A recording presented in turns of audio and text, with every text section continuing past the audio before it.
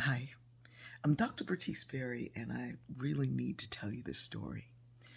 I was in a coffee shop having coffee with, actually, I was having tea, and my friend was having tea.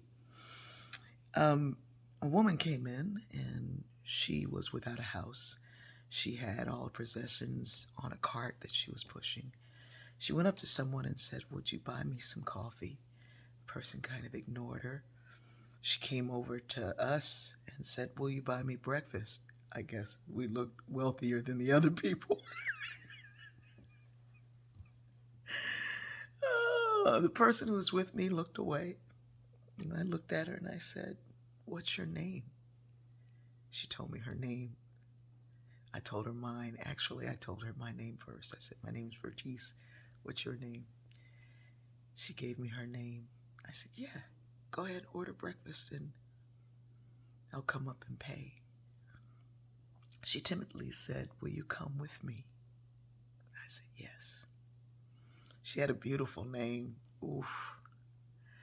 I went up and she couldn't decide, and she started thinking about it, and then she changed her mind, and then she saw something else and she changed her mind. And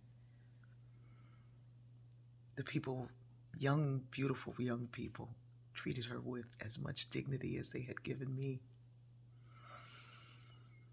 She told me she'd grown up in foster care and had lived all over the South, bouncing from one place to the other. Very little time, she gave me one of her stories. And she said, "But I'm still here." Her smile. Oof. I asked her if I could have a hug, and she said, "Yeah." We hugged. She thanked me. Those beautiful young people said, "Is it for here or to go?" And you could see the shock on her face that she'd not been asked that question, that if she was ever lucky enough to get that breakfast, surely it was going to be wrapped up and sent away, because whatever the establishment was, they didn't want folks looking like her sitting inside. She said, "I'm going to take it to go." She asked if I had $2 for the bus, and I said, "Girl, I'm one of them cashless people. I should have some cash on me, but I don't." She said, "I understand.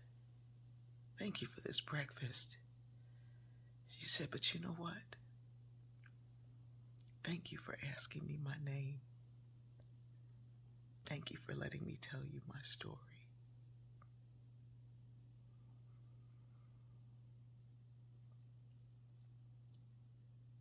There's a scripture in the Gnostic Gospels where Jesus says, "You must know yourself. And when you know yourself, you will become known. But if you don't know yourself, you will always be in poverty, for you are the poverty." She was wealthier than a whole lot of people in that cafe. She became known to herself. I became known to myself. We became known to each other. And as simple as it may seem, the self is social. I don't know me without knowing you. You don't know yourself without knowing others.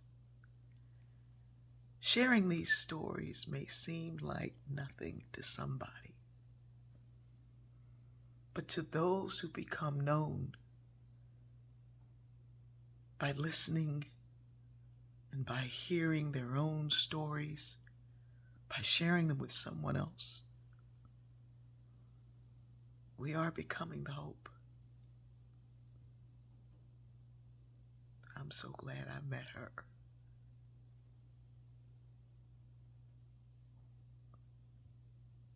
If you ever run into a woman named Aretha, tell her Bertice said hello. I love you.